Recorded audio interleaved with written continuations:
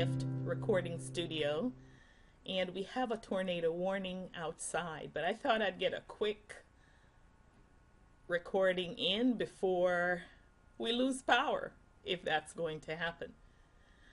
In any event, I consider this topic so important that I wanted to do this and not let the time pass without me getting this word out there. Now, what I want to show you today is a concept for you to produce breakthrough performance in your life. And this is breakthrough in your life or in your work, just in whatever area that you feel is needed to produce the results that you want to see that will make you completely satisfied. So in a moment, I'll be sharing with you my screen, and the screen will show you a model that I developed, the ACT Breakthrough Success Model, and you will begin to take a look at some of the components of this model and how it fits with your becoming successful in your life with whatever you're trying to do. So without any further ado, let's go ahead and get started. So right here, you're looking at the ACT Breakthrough Success Model. It's a cycle of success model. And the question that this model asks is, what attributes are necessary for personal growth and breakthrough performance? Now, this is a model that I've utilized in my life, not just in work, but also in my personal life. And it works whichever way you see fit. And I'm just going to keep this video a little brief. I want to give you a little synopsis so that you can begin to do some thinking on your own about how you can advance using the principles of this model. Now, as you're seeing, if you're looking at the screen, you will notice that there's an outer circle called integrity and commitment, and inside of that is desire and passion. And inside of that we have the model, breakthrough performance, being fed by awareness, creation, and transformation. That is the ACT model. Now, what this model proposes is that if anyone wants to achieve any kind of breakthrough in their life, these three elements must be present. They won't produce the results if any single one of the elements are missing.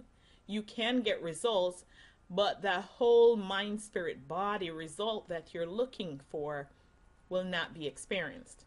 So here we have awareness. What does that mean? It means being open, being completely investigative, questioning, assessing, just staying completely free of stories. You're completely clear in this. There's complete clarity about what you're about. You are tuned in to whatever is happening inside of you personally, outside in your environment, and with the other people in your life. To achieve any relationship or work performance success, this element is really important, and yet there are a lot of us who don't operate inside of this element. When you operate inside of awareness also, there are other things that come to play.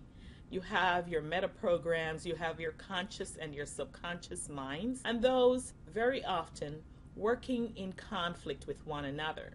If your subconscious mind is in conflict with your conscious mind, what that produces is complete confusion on your part.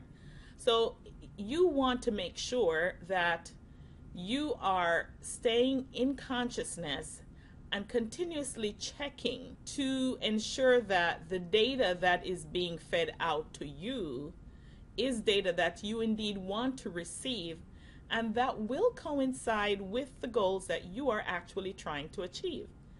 It's counterproductive any other way. In this model also, we also learn that 95 to 99% of the choices and the decisions you make in your life are run through your subconscious mind. Now, what does that mean?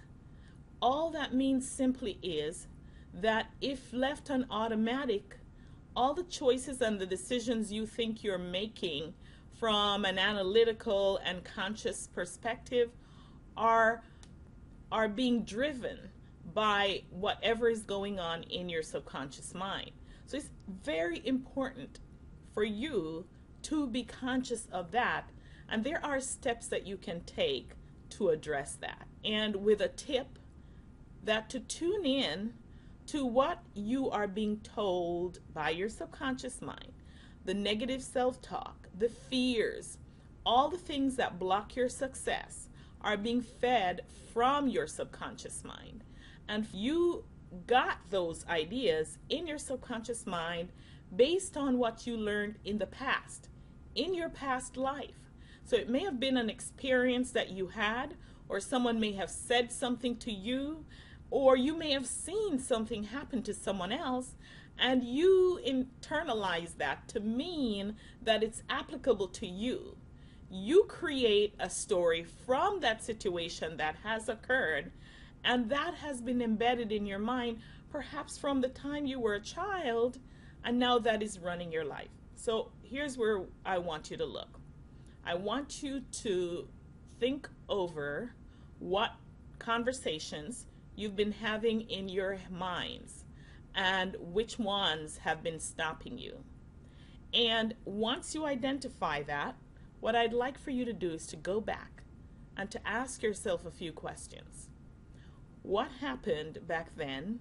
Why did I start creating this story?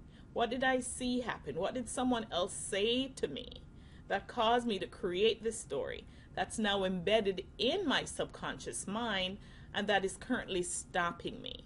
And once you do that, then the next phase is for you to debunk that story. It happened then, or it may not have happened. You may have just made a story about what happened, but it's not happening now.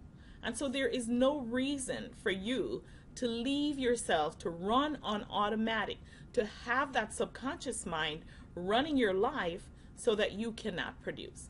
So that's what the awareness piece in this model does.